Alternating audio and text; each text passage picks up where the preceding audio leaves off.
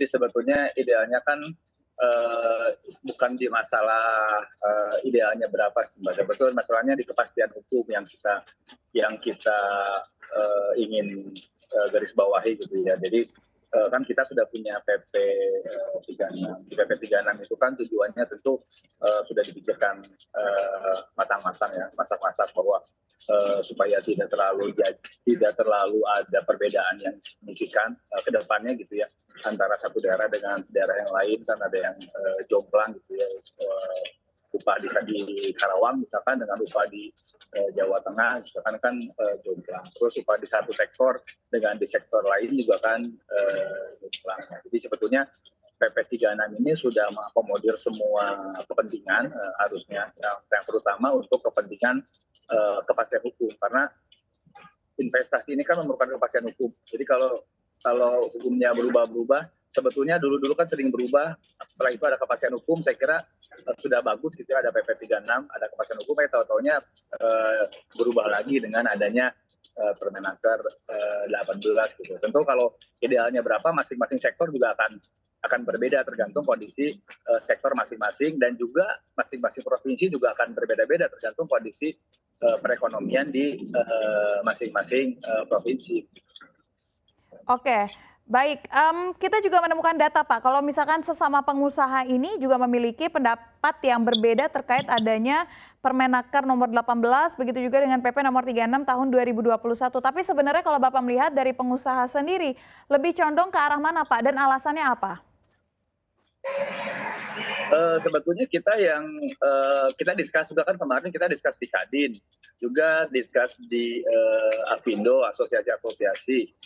Sepertinya tidak ada perbedaan sih di masing-masing sektor, gitu ya, terutama di sektor manufaktur, karena kan yang paling banyak menyerap tenaga kerja kan sektor manufaktur.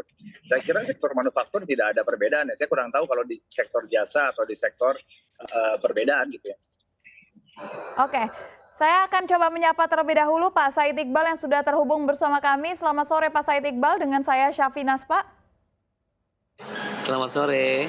Assalamualaikum warahmatullahi wabarakatuh. Iya, waalaikumsalam warahmatullahi wabarakatuh. Langsung saja kita mulai diskusinya Pak. Kira-kira sebenarnya berapa besar Pak kenaikan yang diinginkan oleh buruh? Kalau misalkan kita lihat dari hasil beberapa wilayah yang sudah rilis, ini tidak ada yang menyentuh angka 10%. Bagaimana tanggapan Pak Said? Pertama, sikap Partai Buruh dan Serikat Buruh itu sepakat bahwa menggunakan PP nomor 78 atau 2015 karena Omnibus Law Undang-Undang Cipta Kerja itu dinyatakan inkonstitusional bersyarat oleh Mahkamah Konstitusi, dan pemerintah belum memenuhi syarat itu. Dengan demikian, maka perhitungannya harus menggunakan kenaikan upah minimum sama dengan inflasi plus pertumbuhan ekonomi. Tetapi kami sangat menghargai ya, mengapresiasi upaya pemerintah yang tidak menggunakan lagi PP nomor 36 tahun 2021 sebagai penetapan kenaikan upah minimum. Tapi telah dikeluarkan dasar hukum yang baru, yaitu Permenaker nomor 18 tahun 2022. Dengan demikian tidak ada alasan bagi Apindo untuk tidak menggunakan tidak menggunakan Permenaker nomor 18, tidak lagi menggunakan PP nomor 36. Nah, kalau kita menggunakan Permenaker nomor 18 tahun 2022, maka akan ketemu perhitungan angkanya adalah inflasi plus alfa kali pertumbuhan ekonomi. Nah, pertumbuhan ekonomi di tiap daerah atau provinsi tentu berbeda-beda. Begitu pula dengan inflasinya tentu berbeda-beda. Kalau rumusan DKI, ketemulah kenaikan UMP sama dengan 5,6%. Di Jawa Timur 7, sekian persen. Dan beberapa daerah lain juga demikian. Berbeda-beda angkanya. Dengan demikian, harapan kami yang tadinya 13% berasal dari inflasi plus pertumbuhan ekonomi belum memungkinkan. Sehingga kalau menggunakan usulan daripada salah satu di provinsi UMP DKI, yaitu upah minimum ditambah inflasi, ketemulah angka 10,55%. Maka nilai tawar yang kami tawarkan kepada pemerintah dan Apindo adalah di antara 10,5% sampai 13% untuk kenaikan upah di DKI. Dengan perhitungan yang sama, tentu juga kita harapkan kenaikan upah itu adalah di antara angka 10% sampai 13%. Ini usulan awal sebenarnya pernah saya sampaikan dalam beberapa pertemuan.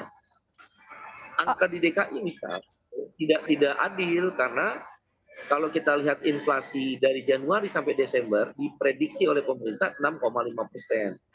Nah, inflasi yang diambil oleh seluruh provinsi dalam perhitungan kenaikan upah minimum dengan Permenaker nomor 18 adalah menggunakan year on year inflasi dari September 2021 sampai September 2022. Nah, kalau pakai year on year September 2021 ke September 2022 tidak mencerminkan adanya kenaikan inflasi atau kenaikan harga-harga barang akibat kenaikan harga BBM. Buruh akan dirugikan. Sudahlah 3 tahun berturut-turut tidak naik upah, akibatnya purchasing power daya beli buruh turun 30%. Nah sekarang akibat kenaikan BBM, buruh naiknya juga di bawah inflasi sekitar 6,5%. Kalau ada misalnya Jawa Timur persen ya masih lumayan. Itulah kira-kira dasar penolakan kami. Iya, Bu Nining bagaimana Anda melihat hal ini, Ibu?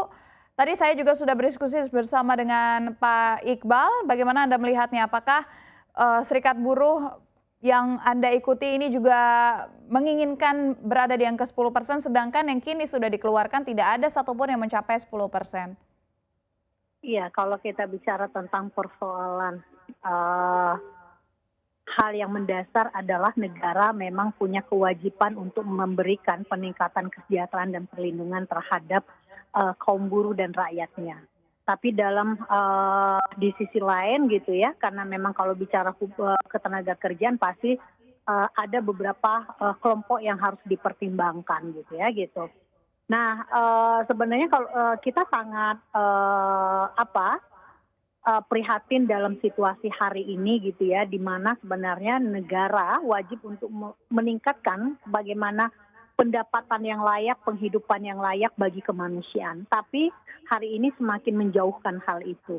Nah, dalam posisi upah saat ini adalah gitu, padahal gitu kita harus melihat bagaimana begitu berat dan besarnya beban yang harus dialami oleh kaum buruh.